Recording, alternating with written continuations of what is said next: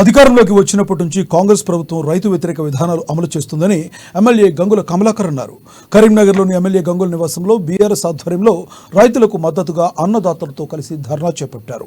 ధాన్యం కొనుగోలు పూర్తి చేసి అన్ని రకాల ధాన్యానికి క్వింటాలకు 500 రూపాయల బోనస్ ఇవ్వాలని డిమాండ్ చేశారు.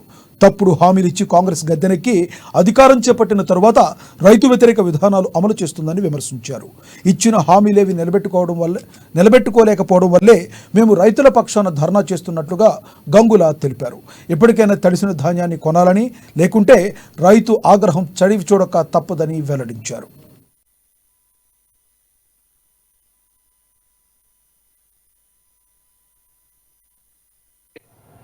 రుణమాఫీ చేస్తానడం, రైతు బంధు కాదు రైతు భరోసా వేస్తామనడం, రుణమాఫీ ఇంతవరకు కాలేదు. రైతు బందే వస్తుంది, రైతు భరోసా వచ్చే పరిస్థితి లేదు.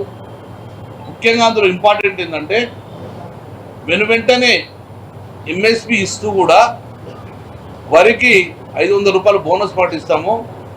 దాని ఎగ్జాంపుల్గా ఛత్తీస్గఢ్లో ఎలా ఇస్తుండో అలానే ఇక్కడ ఇస్తామని చెప్పేసి ప్రజలకు హామీ కూడా జరిగింది.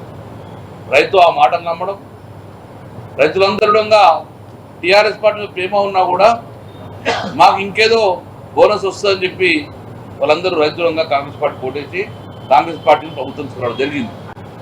కానీ ఈరోజు మళ్ళీ ప్రభుత్వం మాట మార్చే ప్రయత్నం చేస్తుంది.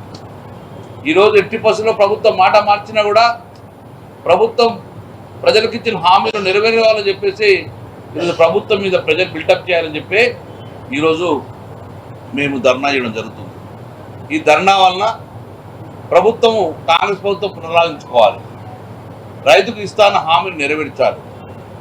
ఈరోజు 500 రూపాయల బోనసు